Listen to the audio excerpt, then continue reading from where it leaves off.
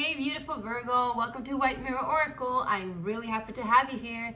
Well, we're having an upcoming total lunar eclipse blood moon in your sign, Virgo. How does it feel? How do you feel? How are you doing? What are you gonna do with all this energy? What are you gonna do with all this power? Yes. All right, now let's talk about it. So, for my beautiful Virgo, Sun, Moon, Rising, and Venus, first of all, I'm going to go ahead and talk a little bit how this affects in the astrology, which is primarily for the Virgo Rising and Sun. But of course, go ahead and watch any other rising sign that you have if that doesn't resonate with you right now. Now, the entire reading is going to be for the Sun, Moon, Rising, and Venus. So stick around, all right, you guys?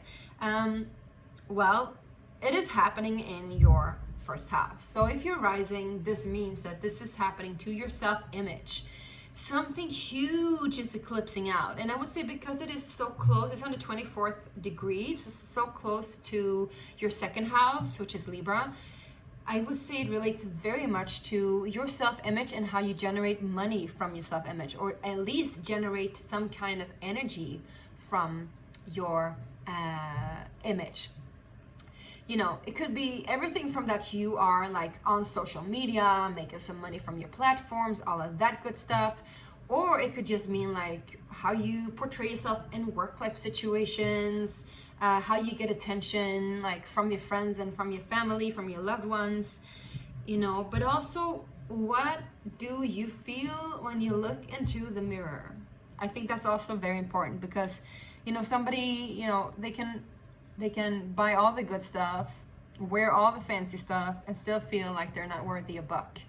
And then there's some people that they can feel like they're worth like $1 million and they are still like wearing like hand-me-downs, you know? So it's not really about what you're wearing, but how you're wearing it. What is it that you're wearing, and how are you wearing your self-image? Does it weigh heavy on you? Then get rid of it. Does it like promote you? Does it make you feel more of you, make you feel more real, make you feel more authentic, make you feel more you? Then go ahead and like grow into it, right? Also remember that the south node has shifted to your sign, so the south node will be very, very close to the actual lunar eclipse, which means that the collective right now is going through it. We're going through it when it comes to our daily rituals and how we treat ourselves on a daily basis. And also like the small ceremonies that we have on a daily basis that talks about what you promote, Virgo, which is health and healing and, you know, daily routines and like work and work situations. So I would definitely say that you are gonna feel this energy because it is so much in your energy, but it's also good to remember that because it is the south node, it is the past, it is karma that we need to be done with in order to evolve. So if there's something still there connected to you and like routines and health and work in connection to your self-image that doesn't work anymore, something that you've tried, but just something that you stick onto because it just feels good or comfortable, maybe something there that you need to let go of as well. All right, now let's go ahead and see what the tarot wants to say. This is the Psychic Tarot, and we're gonna go ahead and check it out. What is the energy for my Virgos, Virgo, Sun, Moon, Rising, and Venus for this blood moon, total lunar eclipse? Well, we get prosperity begins, so you definitely have a new offer coming in, something that is bound to grow if you nurture it and nourish it. I think that you prayed for this. Some of you, for some reason, I just feel like you're pregnant. I don't know what this is, but for some of you, I just feel like you're pregnant. And no. Right. Okay, this is just for a very few of you, but I'm hearing some of you might consider doing a BBL. Is that what they call it? Butt lift? I don't know why this came out, but this came out, all right? This came out. Let's just put... And if you consider doing it, it's gonna be good. I don't promote, you know, surgery of any kind, but unless it's quantum healing surgery. But I don't judge it either, you know, go ahead and do it if you want to do it. It makes you feel good. Go ahead and do it, baby. Yes. Now we have the waiting game and it is over. So that's good. Maybe you've been waiting for a long time for this offer to come out. And also I could hear that some of you might be like, you know, investing new money in something that you've been waiting for a long time to be able to invest. Maybe you've been saving up for this money and now you get like the final thing for that saving so that you can invest in whatever it is that you've been waiting for. If this is also, I'm hearing also in regards to like skin and skin treatments and like taking care of your like facial energy, and also like eat a lot of yeah, because we have apricots here, so eat a lot of apricots, eat a lot of fruit, eat a lot of nuts, I'm hearing. Stuff like that would also be helpful. I don't know why, but that's what it is. Interestingly enough, we do have double trees, and I'm hearing double helix, so some of you might be doing like a DNA healing. But we have the roots here, and then we have the tree trunk, and then the tree crown, right? But then here it's upside down, right? Because the waiting game is over. But you have the roots here, and the tree trunk, and the tree growing. But now it's upside down. So I feel like something that you've been waiting for a long time might have been like misplaced. Something maybe was misplaced or misjudged even, and now like it's going back to you. Like almost like you're taking a root up from wherever it was and like putting it down into new soil and like replanting it almost, and like healing that plant in order for it to grow. So maybe you invested money in something before and now you're getting a return of that money, so you'll be able to invest it into something else that is actually good for you, I'm hearing. All right, so what energies are you eclipsing out now, Virgo? Let's just see. Virgo babies. We got passion ignited. Cool. Why are you igniting that off you though? I don't know if you want to take that. Everybody loves some passion. That's the Ace of Wands though. What else? Whew. Yes, deception, envy, and wisdom. All right. I think that you have learned how to use your energy wisely. I think that you have learned how to be very thoughtful and mindful of how to invest yourself into commitments, and I would say like long-term commitments. And I don't know why this is leaving you, but for some reason there is some kind of like lesson that has been learned. I wouldn't say physical relationship per se, but it could be. In that case, it's a marriage. But this also is your card, wisdom, right? If it's not the Hierophant, is it the Hierophant or is it the Hermit? Let me just double check. All right, you guys? I feel like this is the Hierophant though.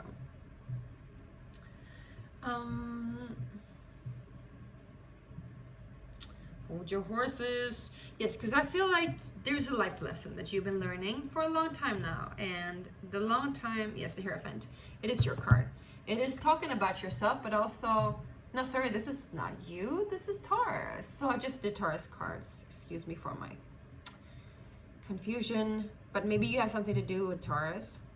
Anyway, whatever commitment you've been having to learning how to use your energy is done. And also, if you've been in a relationship, if you've been in a marriage, for example, that's been very passionate, that's been very like full of life and flirtatious, it might have been also a little bit, there might have been expectations that you didn't see that is now like being shown. And so maybe your passion was misplaced, and maybe that's the same thing here, you know, like the waiting game is over. Like you have been like putting your energy into like the wrong basket almost, and or the like putting your energy into the wrong soil or the wrong nourishment, and now it's getting back to where it needs to. Because this here, deception and envy is right here. This is the Seven of Swords. So it talks about, you know, like, also talks about dodging a bullet technically for some kind of confusion, some kind of deception. But it can also talk about not being completely at peace. And I feel like there's something here that's like you don't even want to talk about. So you don't like this feeling. You might have been dealing with a Taurus. But there is some kind of like very good feeling about this, first of all. And I think when this started, it was a very good feeling. It was like, it was a lot of lust. And maybe you did this connection out of lust because it made you feel good.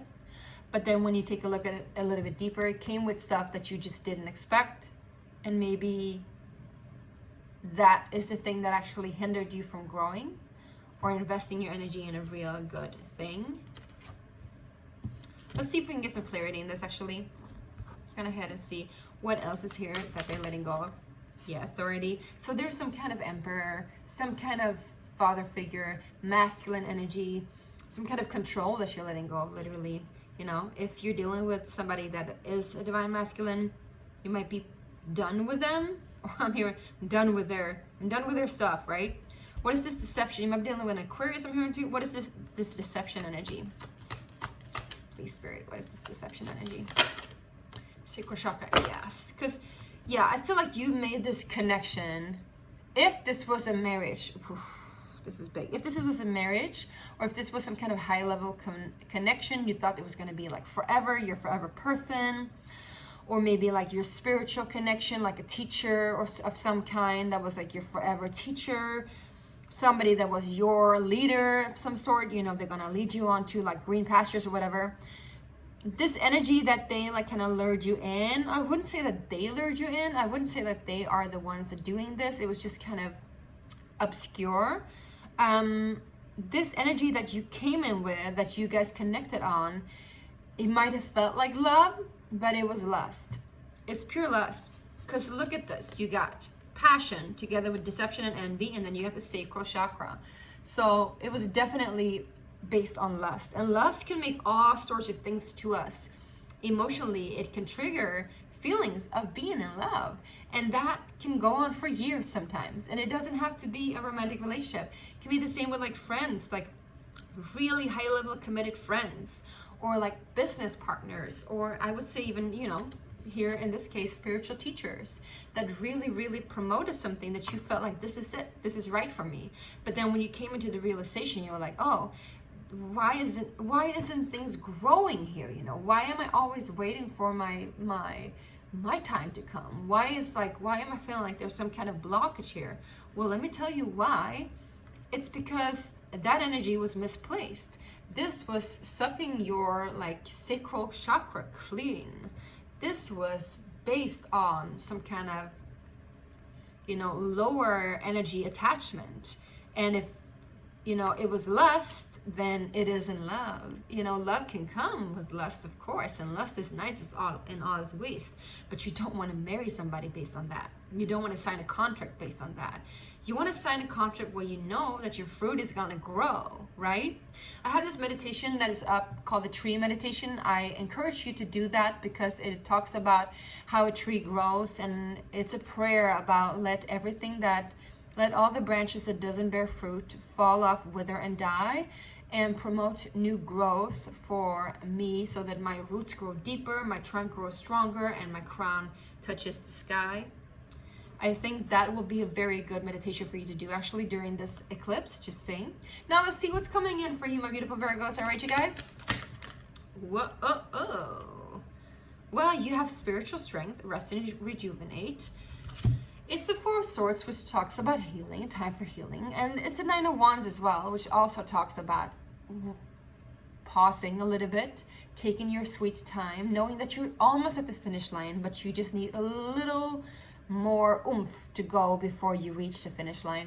But it's okay to rest. It's okay to not quit, but to just rest. Okay, you guys? So these are also very similar and very like green. I would definitely say to go out in nature. Something that comes in for you during this time is for you to like rest. See what happened, see what transpired, see what it is that changed you or changed in you that made you see that this was not for you. And now I feel like this rest is going to promote so much growth too for whatever this new endeavor is. Yeah. You see, what is this endeavor? What is this new opportunity that's coming in? Or maybe old opportunity gets a new chance, right? Whoa. This is the Hermit card, the shadow. So I would definitely say it's about spiritual growth, for sure. It's also your card, baby. So it's like you get your time now. You get your turn to grow. And I feel like you have done some inner work, some shadow healing, and now you can definitely grow. But is this the Moon card though? I'm getting confused at times. Let me just double check, all right? Sorry. I've been using this deck for many years. I still don't know it. Because it's like this merge between two different things. Yeah, it's the Moon card, so it's not your card.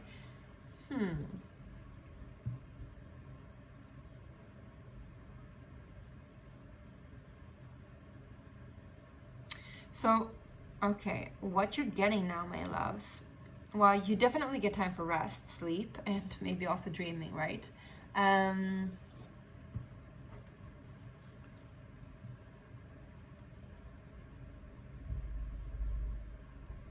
But I also feel like you get a chance to like be okay with the unknown, and the unknown taking you places that you haven't done before. And I think this is very out of your box, Virgo. Let's just see what else is there. Prosperity begins, please, for Virgos. And like I said, for some of you, this is actually like maybe you're doing some womb healing and you're having a child, right? And then, you know, if this is a relationship that is not ending, maybe a part of that relationship is ending and becoming something else. Maybe these false expectations of the past of like, okay, we got to make it into whatever it is, like trying to control the future. Maybe if you're trying to have a child, for example, you've been like pushing towards it, and now that you're letting that go, things are coming to fruition. All of a sudden, things are coming to fruition. That's just for some of you. So you get materials and spiritual prosperity together with stand your ground, which means literally it's the Seven of Wands together with the Six of Pentacles. There is reciprocity here. There is somebody who has your back, or at least you got your own back, or universe got your back. There is a sense of feeling protected and feel safe, feeling held and feeling seen, feeling heard, feeling loved and appreciated for you. And you know what? If this is a person that you were dealing with before, maybe you or they like were imbalanced, like you were both very, very, very strong individuals trying to control the situation. And now that you're both like letting go and you're in a more softer space and surrendering to what is, this relationship, if this is a good relationship, can take you new places. In this resting and in this letting go, there is a sense of coming together as well. There is a sense of reaching some kind of place where you can both give and take equally as you are, without trying to push it to a certain degree, right? And in this, if you are expecting a child, just for some of you, the more you rest, the more it's going to grow. And if it's not a child, you know, whatever this is that is new and that is birthing, it's going to happen quickly. But the more you push it, the harder it is for it to grow. And the less you push it, the more you let go, the more it's going to flourish. So it's something about tapping into that intuition, being more soft, being more open, being more okay with the unknown. And I would say for some of you to do some womb healing. All right, you guys, if you don't have a physical womb, that's okay. You know, there's still that energetical place of the sacral chakra that has the same capacity, maybe not physically, but in other ways you can tap into, and you can heal that space within you as well. Let's go on. If you want to support me, please do so by liking, sharing, subscribing, and of course, signing your pledge to my Kickstarter campaign that is now out and about. And you can get your very own deck that I created myself, and they want to be published. They want to be published so bad, and they want to be seen, and they want to be touched, and they want to be felt so bad. So go ahead and click that link and see if it aligns with you, and you can get your very own deck for a very good price. Plus, you're helping me out to manifest this dream of mine.